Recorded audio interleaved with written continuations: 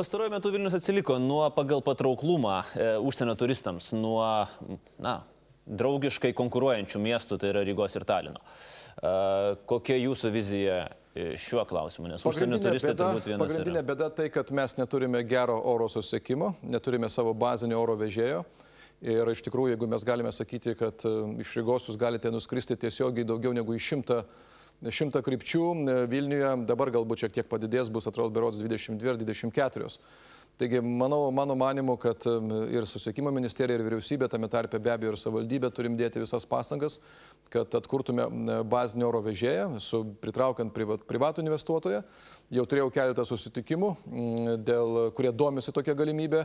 Tai yra Lietuvos verslininkai investuotojai, kurie susijęs tiesiogiai su aviacijos verslu, taip pat užsienio investuotojai, kurie yra jau sukūrę sėkmingas aviakompanijas ir jas pardavę.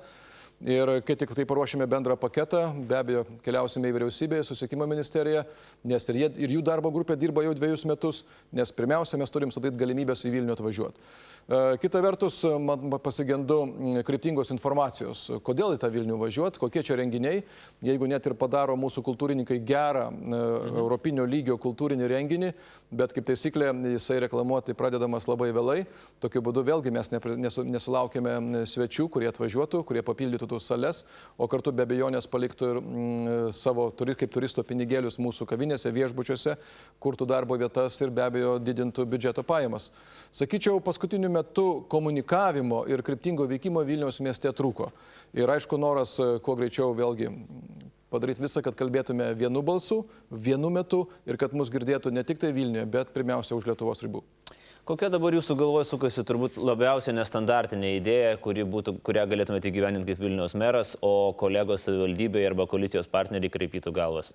Na, aš galbūt taip neįvardinsiu kažkokios konkrečios vienos ar kitos idėjos, bet be abejonės šiandien aš galbūt sakyčiau, miestų reikia daugiausia dėmesio atkreipti į miesto higieną. Tai yra susitvarkyti tas smulkmenas, nes jūs nesudėtinga kalbėti apie kažkokius globalius sprendimus, ilgalaikius, kada, atsiprašau, mes neįsivalome dantų, tai yra nesutvarkome miesto gatvių.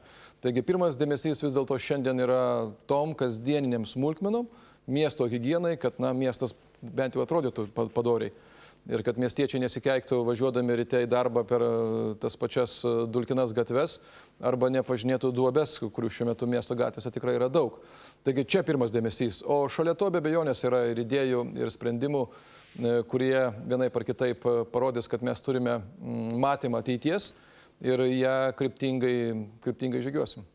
Kągi, dėkoju merė, tai buvo Naujosios Vilniaus meras Artūras Zuokas ir jo idėjas bei būsimieji darbai miesto labui. Vilniečiai tikrai lengvai ir paprastai galės įvertinti, kiek štai šios idėjos, kiek šie darbai skirti miesto higienai, ar miesto plėtrai, ar miesto patrauklumui, kiek jie yra realūs, o kiek tik tai liks pažadai.